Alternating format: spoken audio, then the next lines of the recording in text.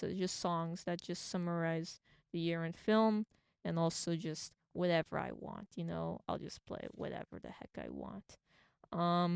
But we're talking about now, and now we are doing our fantasy award show, which will include categories that you would see at the Oscars. Best pictures here, best actress, best actor, best supporting actress, and supporting actor.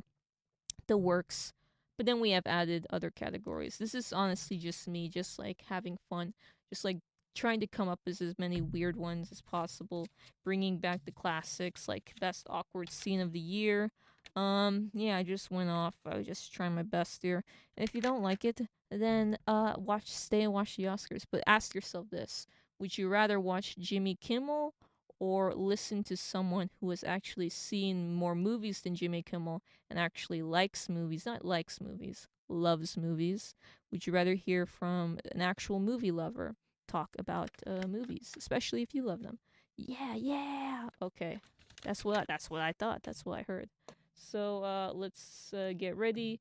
And let's say last time I hosted this, I pretty much pretended I was in character. I pretended I was like, oh my god, there's get out your seat, sir. There's I can't believe I'm watching. I'm looking at The Rock. He's right in front of me. What are you doing, The Rock? I didn't nominate you here, And this year, I guess I'm not gonna pretend like there's people in the audience. Not gonna pretend I'm in an auditorium.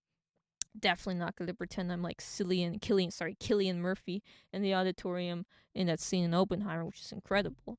Is nominated. Um, I'm not gonna do that. I'm not gonna, But of course, if The Rock was in the audience of this hypothetical situation, I would just say, hey, congrats on the Benny Safdie thing. Is it gonna stay or is it gonna fall apart? I mean, I love Benny Safdie, but are you gonna back out? Don't wussy out. Especially if a guy of your size do not wussy out on Benny Safdie because you're a creative coward. Don't do that. Don't do that. That's what I would say to The Rock. And then I don't know. I don't think I would be killed, would I? Anyway, but that's weird, crazy. But yes, the DJ Annual Fantasy Field of Excellence in the Field of Film Award Show, starts about now, and let's get it poppin'. We got, I guess we can act like there's an audience here. Why not? We're alone. Yeah, yeah. I might change my mind after all. Thank you, thank you. And now, we are gonna have our own fun little soundboard moments, and I'm gonna save best picture for last. But to be honest with you guys, I want to get the or not ordinary, but the usual categories out the way. You know what I mean? I don't know what category came first last year, but we're gonna go with the best supporting, and we're gonna go with the best leads. So let's do that, and let's get it, started. And let me roll my sleeves and put on my fancy hosting voice, and let's get it poppin'.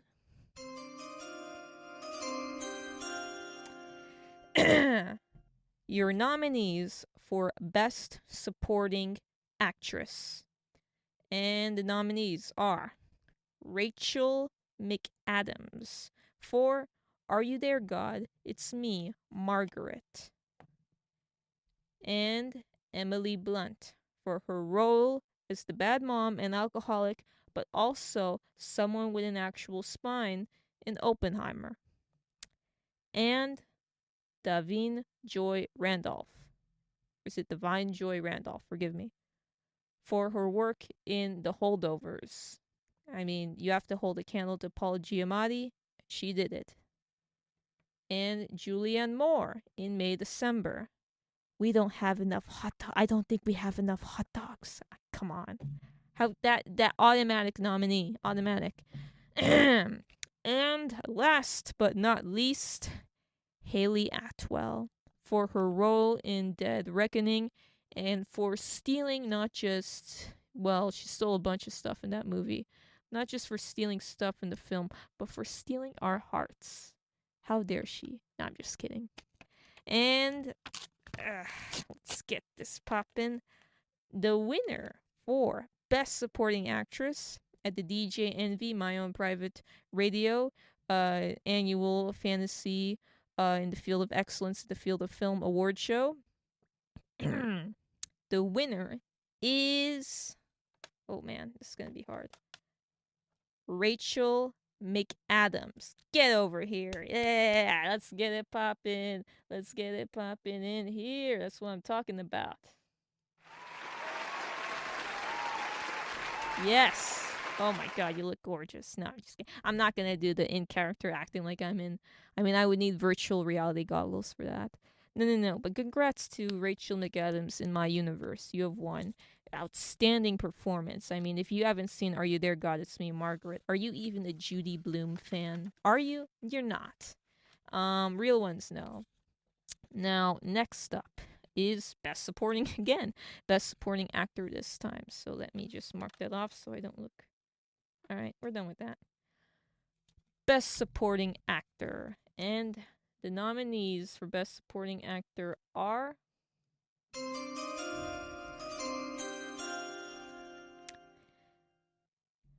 Charles Melton for his incredible, heartbreaking work in May December. Glenn Howerton for his really aggressive and intense and just breathtaking to watch work in Blackberry.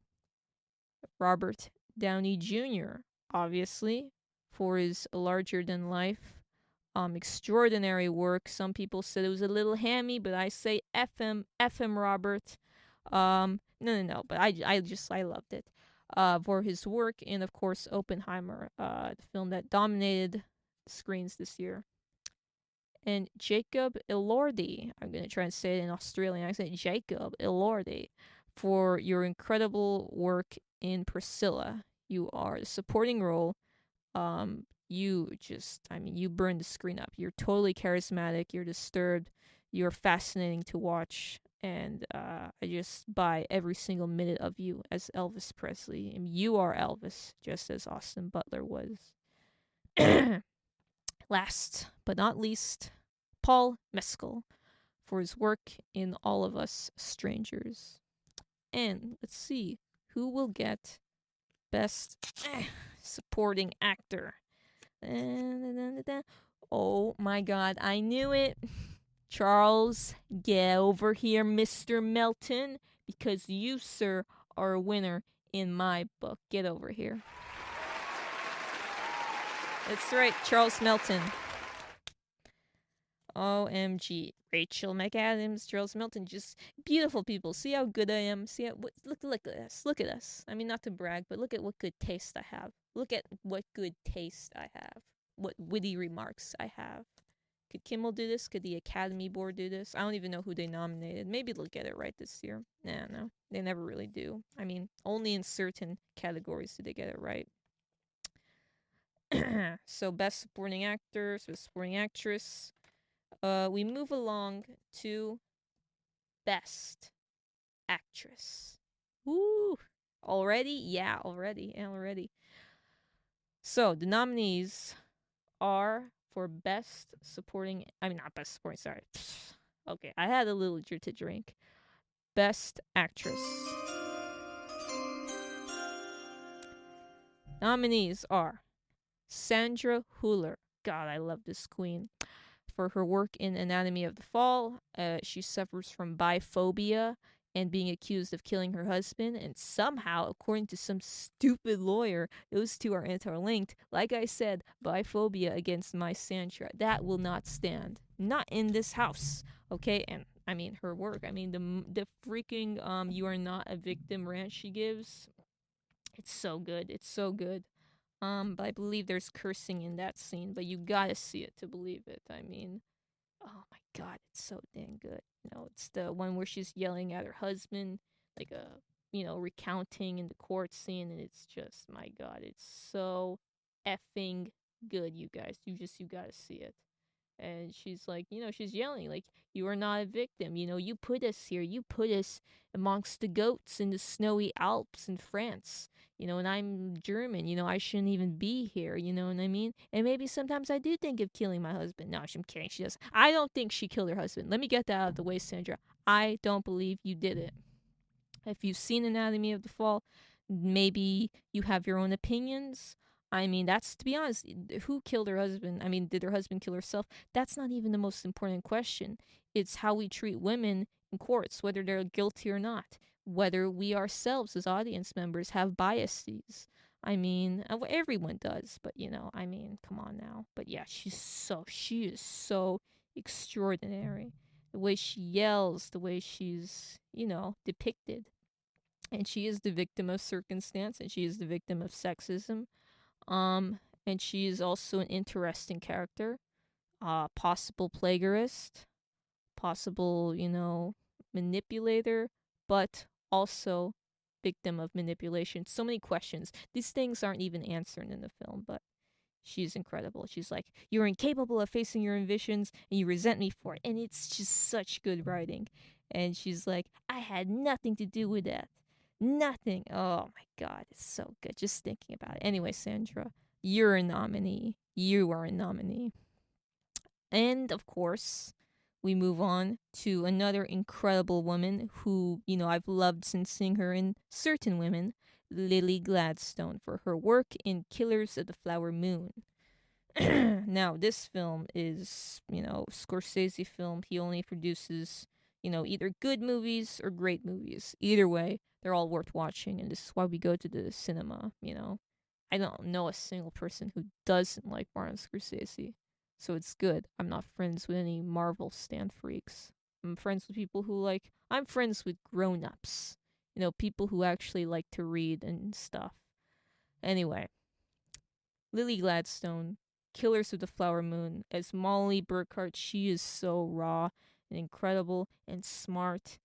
Been heartbreaking again, and just you just watch her and you want to help her so bad. Um, the thing is, her ending is sad, but she was not murdered. But spoiler alert, she wasn't murdered. But you don't have to be murdered in order for your ending to be a sad story. And she captures that, in a poetic way, I would say. So, breathtaking work in Killers of the Flower Moon, Lily Gladstone. No one could have played that role better. No one. And up next is Emma Stone for her work in Poor Things. I mean, Bella Baxter, that's the character for the ages. Am I being hyperbolic? Sure, but whatever will get people to see the movie. I mean, people are already going to see this movie. It's Emma Stone, Yorgos Lanthimos. I mean, this is her greatest collaborator, hands down. Easily, easily.